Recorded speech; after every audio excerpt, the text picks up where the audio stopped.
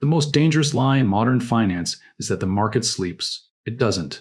While you sit at your dinner table this Sunday, while the Western world believes it is safe in the comfort of a weekend pause, a mathematical guillotine is being hoisted in Tokyo.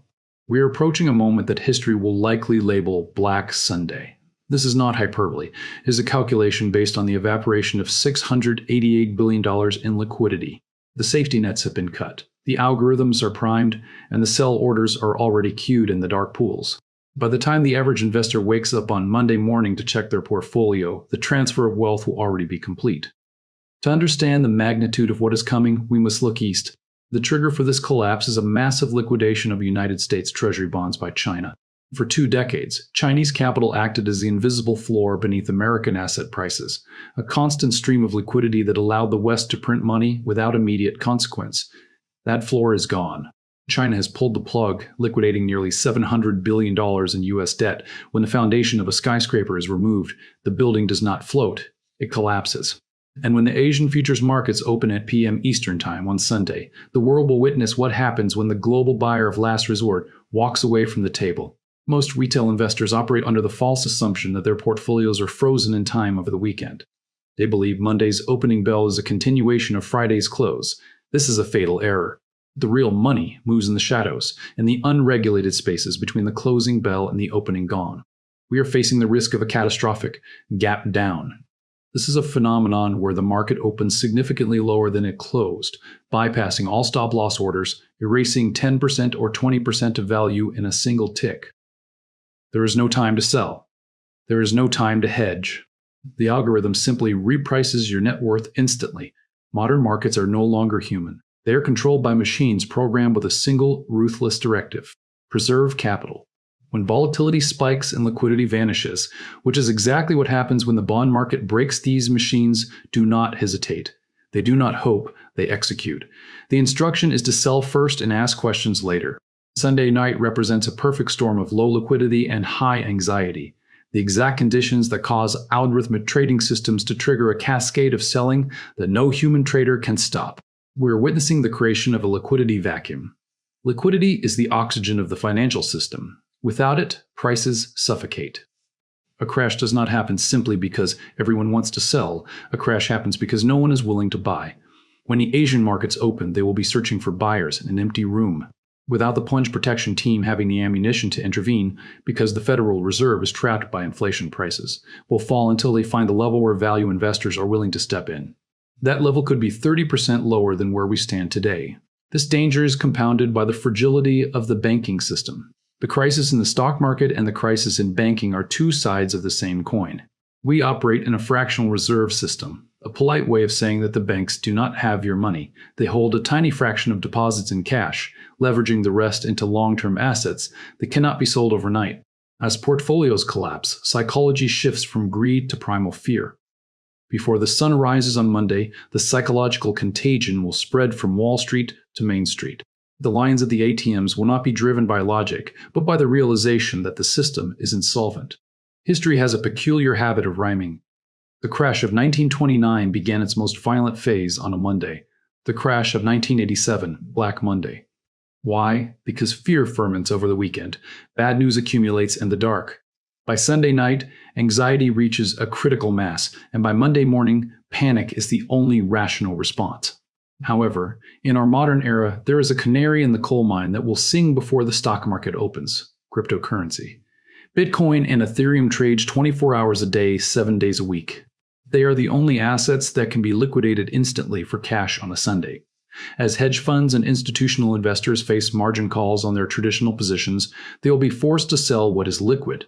We will likely see a liquidity flush in the crypto markets, first a violent drop, not because the assets are worthless, but because the holders are desperate for cash to cover their losses elsewhere. This will be the first domino. When you see Bitcoin plummet on Sunday afternoon, know that the equity markets are next. The root cause of this entire structural failure lies in the bond market. It is boring, it is technical, and it is the most important market on earth. As China dumps treasuries, the supply of bonds skyrockets. When supply exceeds demand, bond prices fall and yields rise. We are staring at a 10-year Treasury yield breaking above 5%, a mathematical wrecking ball for stock valuations. The entire S&P 500 is valued based on models that compare stock earnings to bond yields. If yields spike, the fair value of the stock market mathematically drops by 30% instantly. This isn't a theory. It is the mechanical reality of finance. Yet, the mainstream financial media remains silent. They do not warn you because their business model depends on your compliance. They need retail investors to buy the dip and hold the bag so that the elites can exit their positions. This information asymmetry is deliberate.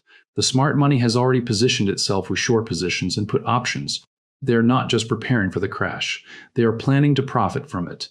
This Sunday will mark the beginning of the largest wealth transfer in modern history, moving capital from the unprepared many to the prepared few. The illusion of stability in the current market is built on a foundation of sand, specifically the Magnificent Seven technology stocks: NVIDIA, Apple, Microsoft, Amazon, Google, Meta, Tesla. These 7 names account for nearly 30% of the S&P 500's value. They have masked the rot beneath the surface.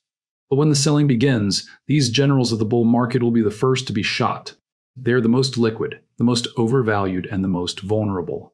When the generals fall, the army scatters. There will be no safe haven within the equity markets. This collapse is accelerated by leverage. Margin debt is at levels comparable to the dot-com bubble. Investors have borrowed billions to buy stocks, convinced that the line only goes up. On Sunday night, the margin calls will go out.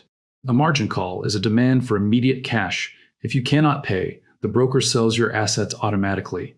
This creates a death spiral. Forced selling drives prices down, which triggers more margin calls, which triggers more forced selling. It is a feedback loop that destroys wealth at the speed of light. The contagion will not stop at stocks. It will infect real estate immediately. The wealth effect dictates that when people feel rich, they buy houses.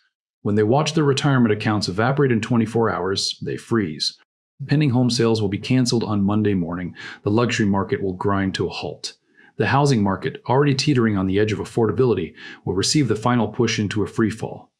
Furthermore, the corporate buyback machine has stalled. For a decade, companies were the biggest buyers of their own stock, using cheap debt to artificially inflate prices. That era is over. With interest rates high, corporations can no longer afford to prop up the market. The artificial floor has been removed, and we are about to discover the true price of these assets, a price that is significantly lower than today's fantasy valuations. We must also consider the VIX, the fear gauge. It has been artificially suppressed, but on Sunday night, it is poised to explode. When the VIX spikes, it triggers risk parity funds massive algorithmic pools of capital to mechanically sell stocks. They have no choice, their code dictates it. This adds billions of dollars of selling pressure to a market that is already drowning. Lurking behind the financial mechanics is the shadow of geopolitics. With tensions in the Middle East threatening oil supply and China encircling Taiwan, the world is a powder keg. Any escalation over the weekend acts as an accelerant to the financial fire. The markets are fragile, and war is the ultimate uncertainty. For the generation of investors who entered the market after 2008, this will be a traumatic awakening. They've been conditioned to believe that the Federal Reserve will always save them. They are about to learn that the Fed is out of ammunition. This loss of faith will create a generational bear market. When trust is broken, it does not return quickly. Millions will exit the market, never to return, starving the system of the capital it needs to recover. But amidst the wreckage, there is a path to survival. Throughout history, when paper empires collapse, capital flees to tangible truth. We are seeing a rotation into precious metals, specifically silver. Silver is currently the most undervalued asset on the planet. As trillions flee the dying stock market and the devaluing dollar, they will rush toward the only safe havens left. Silver is unique because it is both a monetary metal and an industrial necessity. It is essential for the green energy transition, for electronics, for the future economy. Yet it is priced as if it is abundant. It is not. A God candle on the silver chart, a massive vertical price spike is mathematically probable as the paper shorts are squeezed out of existence. While the dollar collapses under the weight of debt and geopolitical rejection, silver will detach and fly. The dual crash of the stock market and the dollar creates a stagflationary nightmare for the average citizen, but a life-changing opportunity for the prepared. The capital isn't disappearing. It is moving.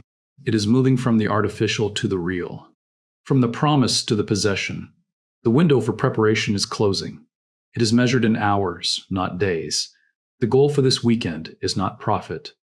It is survival. By Monday, the financial landscape will be unrecognizable. Banks will be under siege, markets will be halted, and the media will be in a frenzy. But those who understood the math, those who moved to physical assets, will stand firm. Black Sunday is the end of an illusion and the return of reality. The only question remaining is whether you will be a victim of the collapse or a beneficiary of the transfer.